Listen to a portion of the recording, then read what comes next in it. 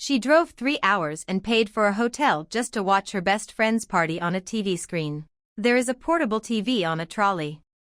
A trolley. In a side room. With 10 other people she has never met. And through that TV, she can watch her best friend of over 20 years laughing and dancing in the main hall without her. That is not a birthday party. That is a waiting room with snacks. And the worst part is that she drove 3 hours to be there. She booked a hotel. She bought a gift. She showed up completely ready to celebrate the person she has known since she was 8 years old. And this is what was waiting for her on the other side of that door. Let me take you back to the beginning, because this friendship deserves more than a headline.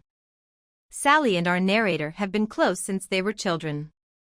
We are talking over 2 decades of real, lived friendship. Not the kind where you like each other's posts and send birthday texts. The kind where you show up. When her dad had a stroke, Sally drove to her.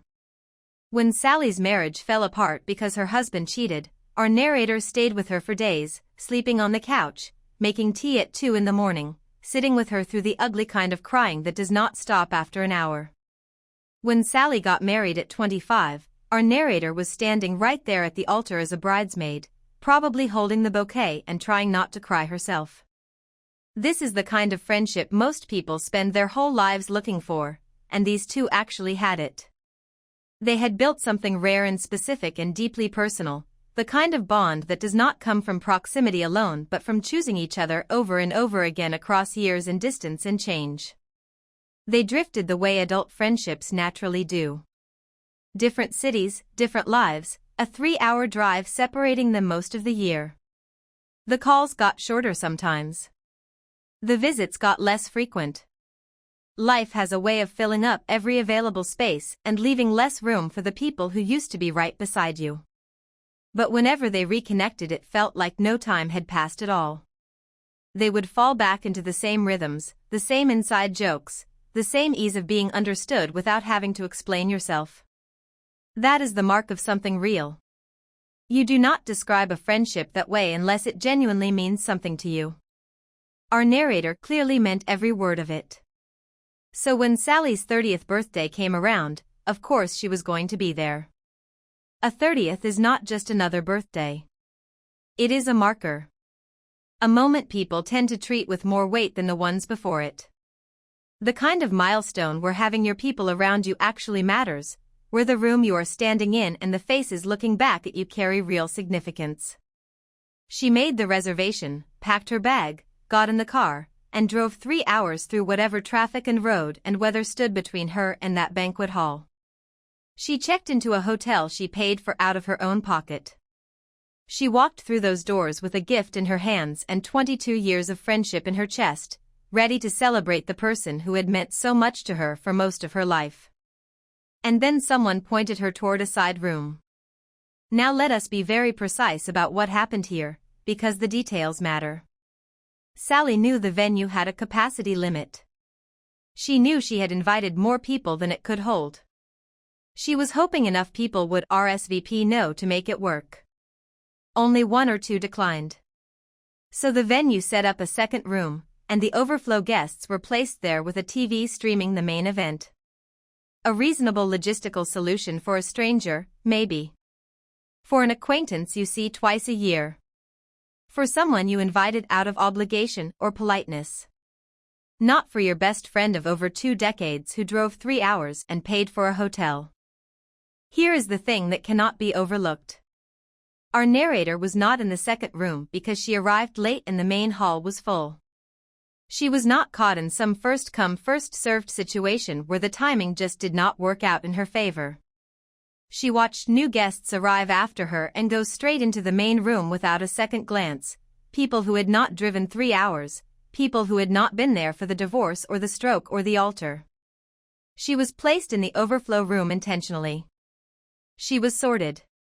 And Sally, her best friend of over 22 years, the woman she had shown up for in some of the worst moments of her life, did not pull her out of that room.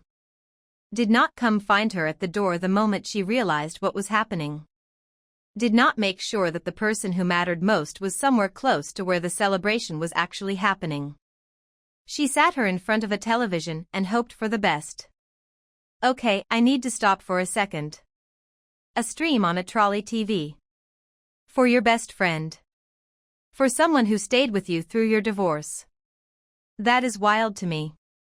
So our narrator did what I think a lot of people would do in that moment, even if they would not admit it out loud. She felt the insult land. Not the loud kind of insult that arrives with a confrontation and gives you something to push back against. The quiet kind. The kind that settles into your chest and makes you very still.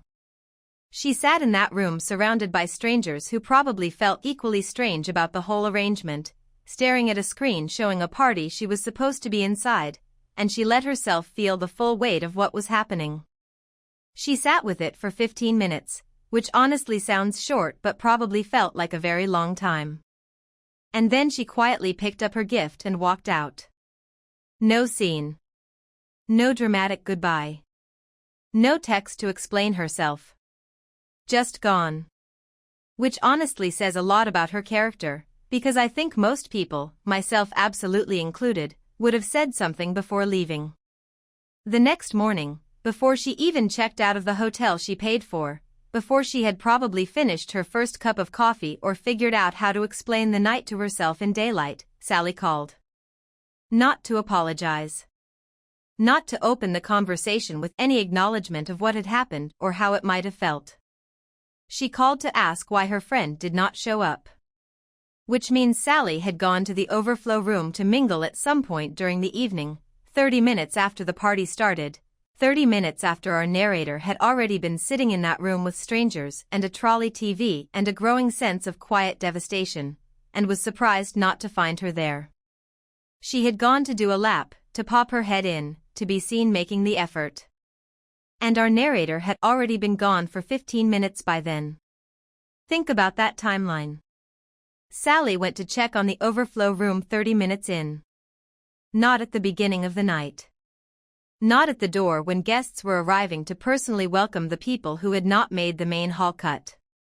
Not immediately after realizing her oldest friend was sitting in a side room watching a live stream of her own party. 30 minutes in, as part of what sounds like a casual social loop around the venue. And by that point, the person she was looking for had already picked up her gift and walked out into the night. When Sally found out what happened, she did not lead with an apology. She did not say she was sorry, that she felt terrible, that she understood exactly why her friend had left and would feel the same way in her position. She asked if they could do lunch so the gift could still be handed over.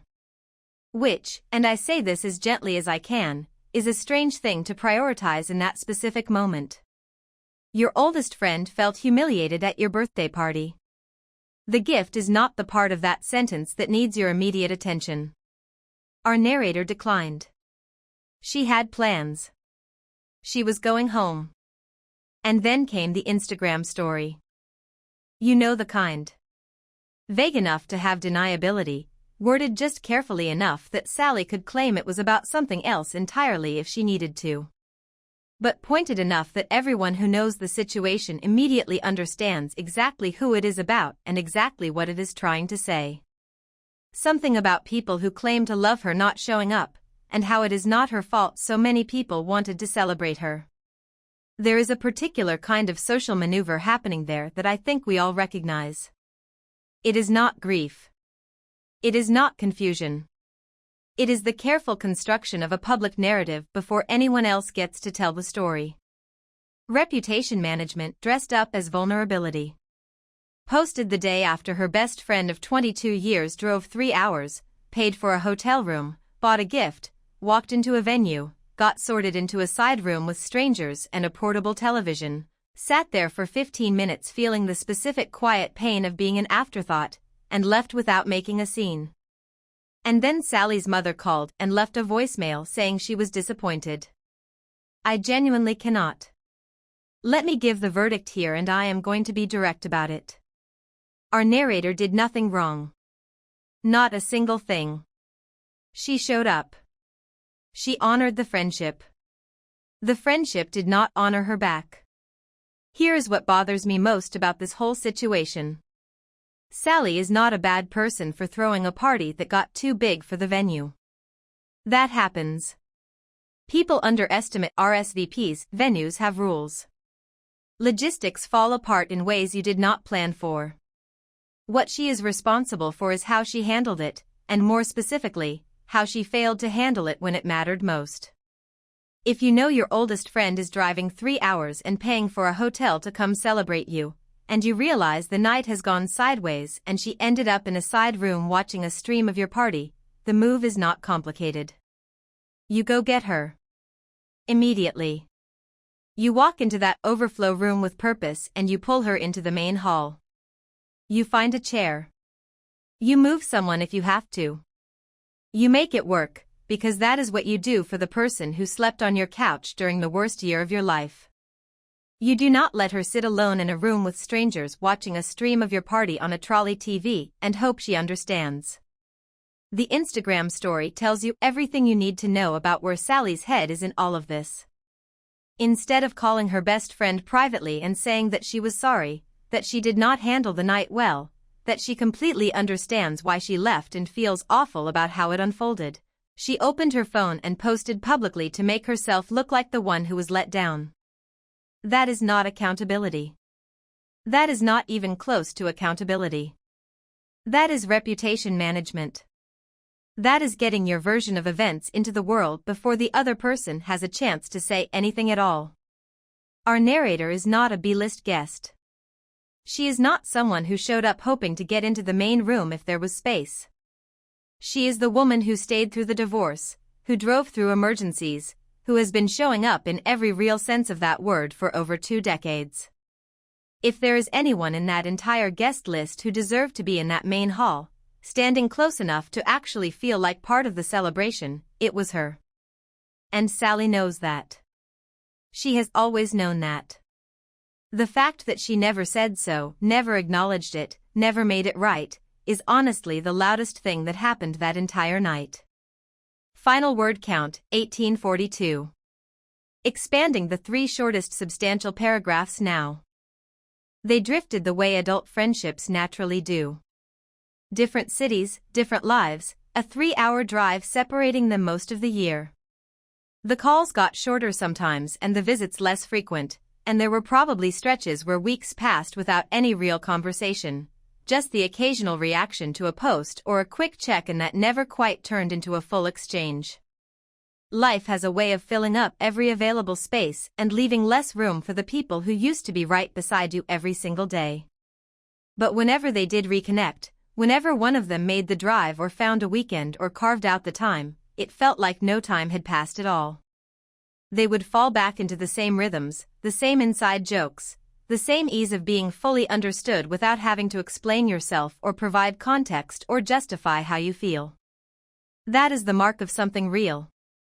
You do not describe a friendship that way unless it genuinely means something to you.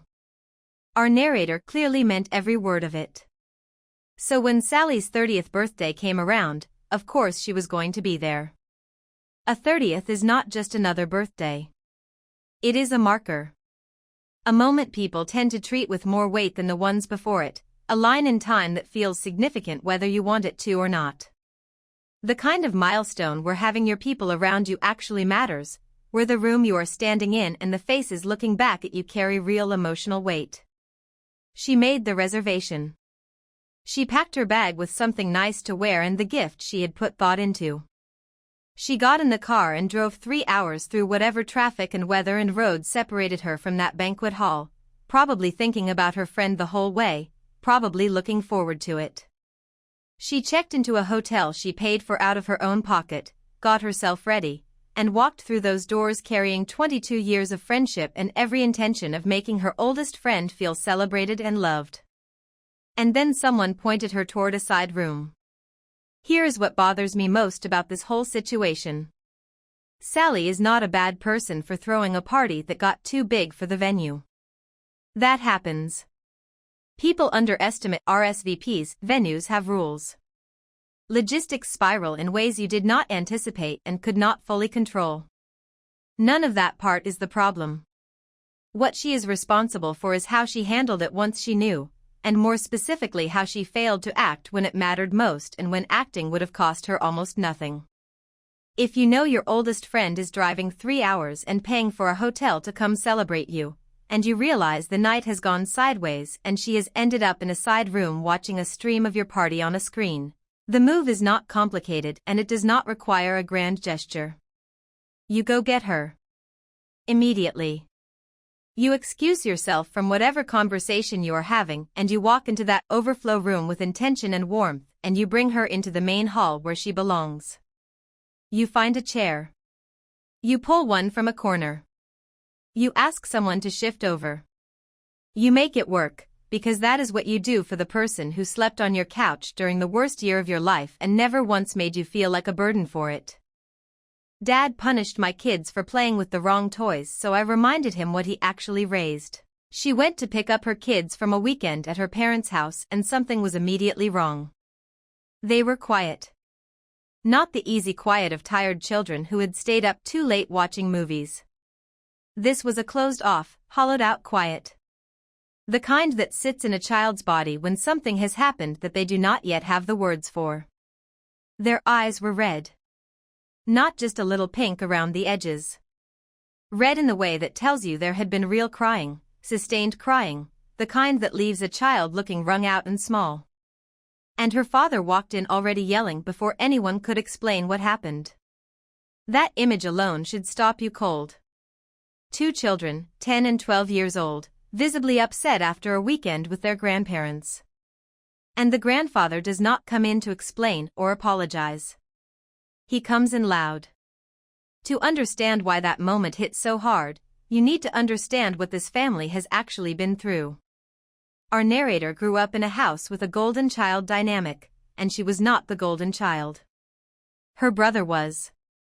Even when she outperformed him academically and professionally, her father's favoritism was never hidden. It was just never spoken out loud. It lived in the way praise was handed out and withheld. In the way mistakes were minimized for one child and amplified for another. In the quiet accounting that children keep without realizing they are keeping it. That kind of thing leaves a mark. You grow up always measuring yourself against someone who the people around you have already decided is more important. And no amount of achievement closes that gap, because the gap was never really about achievement. And then her brother made choices that caught up with him. Serious crime. Manufacturing weapons. The kind of thing that does not end quietly, that pulls entire families into its orbit and leaves wreckage on all sides. Someone flipped on him and he was arrested. Her father, the man who had always held him up as the shining example, the standard against which everyone else was quietly measured, fell into depression. The golden child was gone. And in the wreckage of that, in the absence of the person he had organized so much of his identity around, he finally started paying real attention to his daughter. But here is the thing about that kind of late arrival. It does not erase the years. It does not rewrite what was built. Our narrator has been carrying the weight of being second in her own family for a long time, and a closer relationship in recent years does not automatically dissolve that. The resentment lives somewhere. It just waits. Meanwhile, she built a real life. Career, marriage, 4 kids. She and her husband made conscious, intentional choices about how to raise their children. No rigid gender roles. No prejudice baked quietly into the rules of the house. Not as a political statement but as something deeply personal, rooted in real loss. They lost a family member to suicide because he was gay and felt he had nowhere to turn, no safe place to land, no voice in his life that told him he was loved exactly as he was. They lost a friend who was transgender and felt rejected by the people who were supposed to love her, people who chose their discomfort over her life. Those losses are not abstract. Those are people they actually knew, sat with, laughed with, and then grieved. And they decided, together, that their children would never feel that kind of rejection from them. That their home would be the place where their kids could always land safely. So when they sent their kids for a weekend visit and those kids came home quiet and red-eyed, the betrayal was not just personal. It was a specific kind of wound. Because this was not a stranger making a careless comment. This was a grandparent, someone their children had been taught to trust and love, someone inside the circle. The harm came from inside the house they thought was safe. And it cut directly into something they had worked hard to protect, something they had built with real grief as its foundation. I need to say this plainly. He punished them. He punished children for playing with toys. For mixing dolls and cars. For doing the completely natural, innocent thing that children do when they are given time and space and the freedom to just be kids together. That is what happened. And he framed it as doing their parents a favor. Let me sit with that for a moment, because the audacity of it is genuinely breathtaking.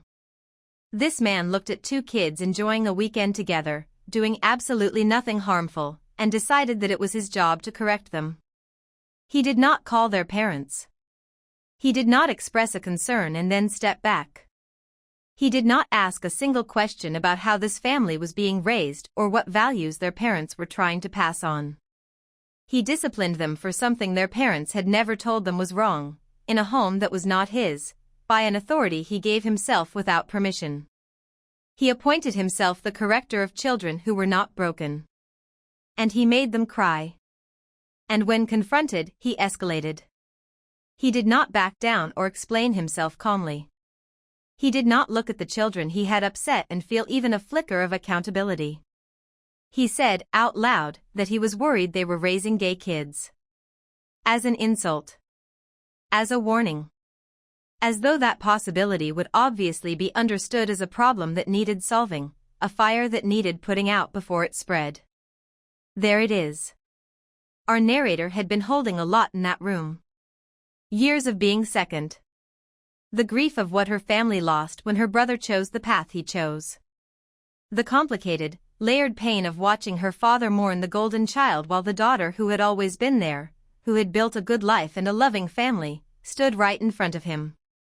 The very specific sting of seeing him walk into a room where his grandchildren were visibly hurting because of something he had done, and respond not with remorse but with volume.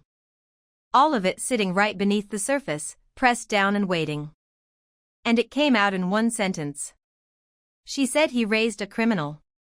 And then she went further, using his own logic against him. If he believes that how you raise children determines who they become, then by that same reasoning, what does it say about how he raised her brother? He went silent. I will be honest. Part of me wanted to cheer. Not because cruelty is something to celebrate, but because there is something rare and clarifying about watching a person get held accountable by their own standard. She did not reach for a new argument or an outside authority. She did not need to. Because that argument is airtight. She did not make up a new rule. She applied his rule to his own life and let him sit with the result. Her mother said she went too far. Her family has largely taken her father's side, circling around him the way families sometimes do when someone powerful is challenged, closing ranks out of habit rather than out of genuine moral reasoning. And she herself admitted she partly said it because she still carries resentment toward her brother, which I respect her for saying out loud. Most people would not volunteer that. They would let themselves off the hook completely. That kind of honesty takes real self-awareness. But here is what the verdict looks like from where I am standing. What she said was sharp. It was not gentle. And I do not think it was meant to be. But sharp is not the same as wrong. Her father walked into a room where his grandchildren were visibly upset because of something he did to them, and instead of recognizing the harm he caused, he doubled down and insulted her parenting. He called her children gay as a criticism. He used their innocence as an argument for his own prejudice. She used his logic to show him what his logic actually does when you follow it to its conclusion. That is not cruelty. That is accountability delivered in real time with the tools he handed her. The people who are truly on the right side of this story are the ones who have actually felt what is at stake. Her husband's grandmother, who lost her own son, who called in tears to say she was proud. Think about what it takes for an elderly woman to pick up a phone and make that call. She was not performing support. She was not weighing in on a family argument from a comfortable distance. She was speaking from a place of lifelong grief, from the knowledge of exactly what it feels like to lose a child to the kind of rejection this grandfather was so casually handing out. That woman knows exactly what it costs when a family fails to protect a child from that kind of rejection. She has been living with that cost for years. Her voice in this moment matters more than the chorus of family members defending a man who punished children for playing. Our narrator does not need to perform guilt for something she said in defense of her kids. She should reflect on the resentment she mentioned, not because the resentment is unjustified, and not because her father deserves to be protected from it, but because carrying old wounds without ever examining them has a way of shaping future decisions in ways we do not always notice. That resentment built up over decades, over years of watching her brother be celebrated while she worked quietly and was passed over. It is real. It makes complete sense. And it is still worth looking at. Not for her father. That is work worth doing for herself, not for her father. But walking back what she said. No. She does not owe that. Her children came home crying because their grandfather decided they needed correcting for the crime of having fun. She stood in that room, in front of a man who had spent a weekend tearing down the safety her family had worked so hard to build, and she told the truth. The silence that followed was not cruelty. It was recognition. He heard something he already knew, and he had no answer for it.